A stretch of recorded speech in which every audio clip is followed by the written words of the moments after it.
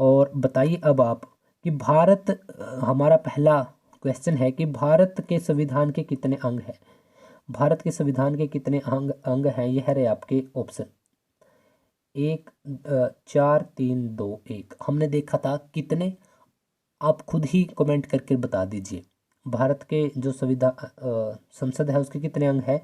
Option दो है ना, तीन अंग है। और कौन कौन से हैं, राज्यसभा, लोकसभा और राष्ट्रपति। चलिए अगला प्रश्न है कि जो भारत का संविधान है इसमें संसद प्रणाली किस देश से ली गई है। हमने सबसे ऊपर ही देखा था किसे ली गई थी, ब्रिटिश संविधान से। यह भी प्रश्न कवर हो जाता है। और एक बात बता दूं, यह जितने प्रश्न है, पता नहीं यह शायद 20 के आसपास प्रश्न है, तो यह सभी आपके कई बार रिपीट हो चुके हैं अलग अलग वेरियस एग्जाम्स में। अगला प्रश्न है हमारा कि भारत की संसद का उल्लेख किस अनुच्छेद में किया गया है। हमने इसके लिए एक ट्रिक भी बनाई थी संसद करके। तो यहाँ से हमने 7 लिया था, यहाँ से 10 लिया था और यहाँ से कम करके हमने यह 9 कर दिया था। और 79 में हमारी संसद का उल्लेख है। राज्यसभा का उल्लेख किस में है, इससे अगले में ही है, 79 से अगला 80 में।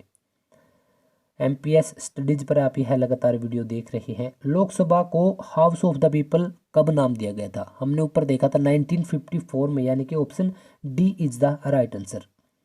संसद का निम्न सदन कौन सा होता है। राज्यसभा जो है वह निम्न सदन होता है और राज्यसभा क्या है आपका उच्च सदन है और लोकसभा क्या है आपका निम्न सदन है। इस बात को हमने ऊपर ही देख लिया था। देखिए लोकसभा के सदस्यों का कार्यकाल कितना होता है। लोकसभा के सदस्यों का कार्यकाल आपका 5 वर्ष होता है और 6 वर्ष राज्यसभा के सदस्यों का। लोकसभा सदस्य बनने के लिए कम से कम कितने आपकी उम्र होनी जरूरी है, आपकी 25 साल। राष्ट्रपति के लिए 35 साल और राज्यसभा के सदस्य के लिए 30 साल। यह सभी जो क्वेश्चन डाले गए हैं यह बहुत बार अलग अलग एग्जाम्स में रिपीट हो चुके हैं। भारत में लोकसभा सदस्यों की अधिकतम संख्या कितनी हो सकती है। ध्यान रखिएगा लोकसभा के बारे में पूछा गया है। तो कितने था आपका ऑप्शन डी, यानी कि 552, 552। और अभी हाल फिलहाल में 545 सदस्य नियुक्त जो है उनका वह सीटों पर है अभी। और 543 क्या है, यह राज्य और केंद्र शासित दोनों से मिलाकर। और 530 क्या है आपके सिर्फ राज्यों से। इतनी बातें आपको ध्यान रख लेनी है। अगला प्रश्न है हमारा कि लोकसभा में राष्ट्रपति द्वारा, देखिए लोकसभा में कितने सदस्य है, केवल 2 सदस्य। ऑप्शन सी सही रहेगा, केवल 2 ही सदस्यों को मनोनीत किया जाता है राष्ट्रपति के द्वारा। हमारा 10वां क्वेश्चन है कि सामूहिक रूप से लोकसभा के प्रति कौन उत्तरदायी होता है। तो याद रखिएगा आपका जो हमारा मंत्रिपरिषद है, ठीक है, जो हमारी सरकार है वह लोकसभा के प्रति क्या है, उत्तरदायी है। लोकसभा के प्रति है, यह राज्यसभा के प्रति नहीं। भारत के किस अनुच्छेद में अविश्वास प्रस्ताव का उल्लेख किया गया है। तो हमने देखा था कि भारत के किसी भी अनुच्छेद में, क्योंकि यह भारत के संविधान में ही नहीं है।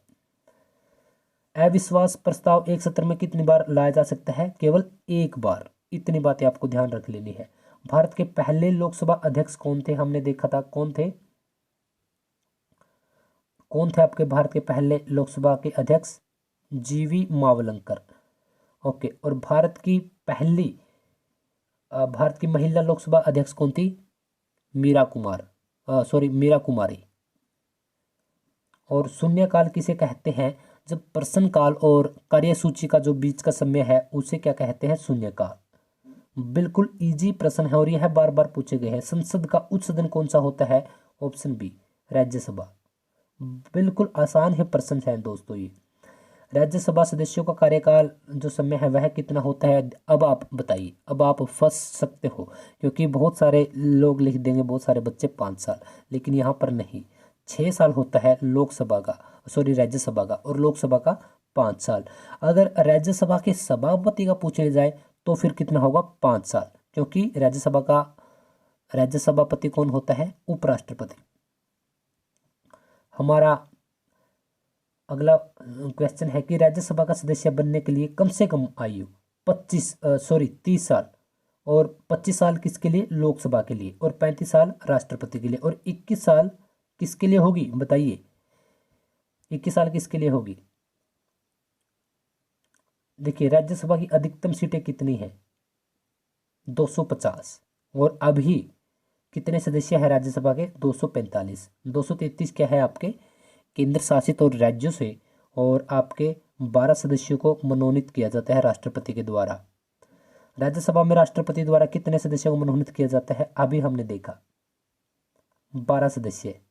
शायद क्वेश्चन ज़्यादा हो गए कि लोक सेवा समिति का अध्यक्ष कौन होता है। हमने देखा था कि विपक्ष का नेता होता है लोक सेवा समिति का अध्यक्ष।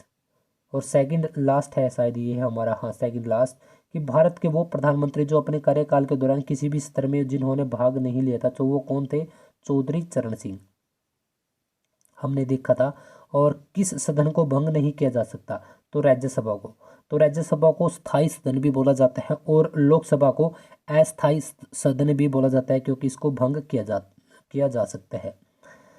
तो यह थे हमारे इतने प्रश्न, और यह 16 पेज की आपकी PDF फाइल अब कंप्लीट हो चुकी है।